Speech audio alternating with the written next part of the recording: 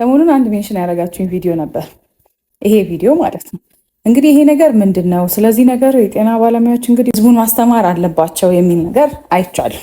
ይሄ የምታዩት ነገር ግን ኦፕን ኒውራል ቲዩብ ዲፌክት ወይም ሜኒንጎ ማይሎሴል ይባላል በእንግሊዝኛ። በአማርኛው ደግሞ የነርቭ ዘንግ ክፍተት ማለት ነው።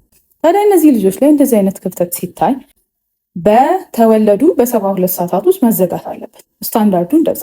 ሀገራችን ኢትዮጵያ ውስጥ ከ21 በላይ ኒውሮሰርጅን ያለበትና ኒውሮሰርጀሪ ሰርቪስ የሚሰጡባቸው ቦታዎች አሉ። የተለያዩ አዲስ አበባን ጨምሮ ክፍለ ሀገር፣ እነዚህ የተለያዩ ቦታዎች ላይ ማለት ነው። እነዚህ ሆስፒታሎች ላይ ሄዶ ይህን ሰርቪስ ማግኘት ይቻላል።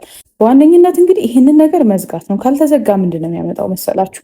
መከፈቱ ብቻ ሳይሆን እሱ ላይ ባክቴሪያ ያርፍና ያ ባክቴሪያ ደግሞ ከነርቭ ዘንጉ በተጨማሪ ደግሞ ወደ ውስጥ ይገባል፣ አንጎል ድረስ የሚሄድ ኢንፌክሽን።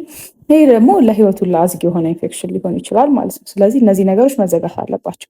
ከሁሉም በላይ ግን እዚህ ነገር ላይ በጣም መሰራት ያለበት መከላከሉ ላይ ነው። መከላከሉ ላይ ምንድነው? ፎሊክ አሲድ መውሰድ። እርግዝና በተለይ እንዲህ አይነት ነገር ተፈጥሮባችሁ የምታውቁ እናቶች ከሆናችሁ እርግዝናው ከመፈጠሩ ከ3 ወር በፊት ተቀድሞ፣ እንደዛም ባይሆን ራሱ ኖርማሊ አብዛኞቻችን የፎሊክ አሲድ ዴፊሽንሲ ስላለብን ፎሊክ አሲድ በደንብ ሰፊሸንት ወይም ኦፕቲማል አድርጎ እርግዝና ቢፈጠር ይመከራል። ስለዚህ እሱን በማድረግ ተከላከሉ። ከተፈጠረም ደግሞ ቶሎ እነዚህ ሆስፒታሎች ወስዶ እንግዲህ ማሰራት ይቻላል ማለት ነው።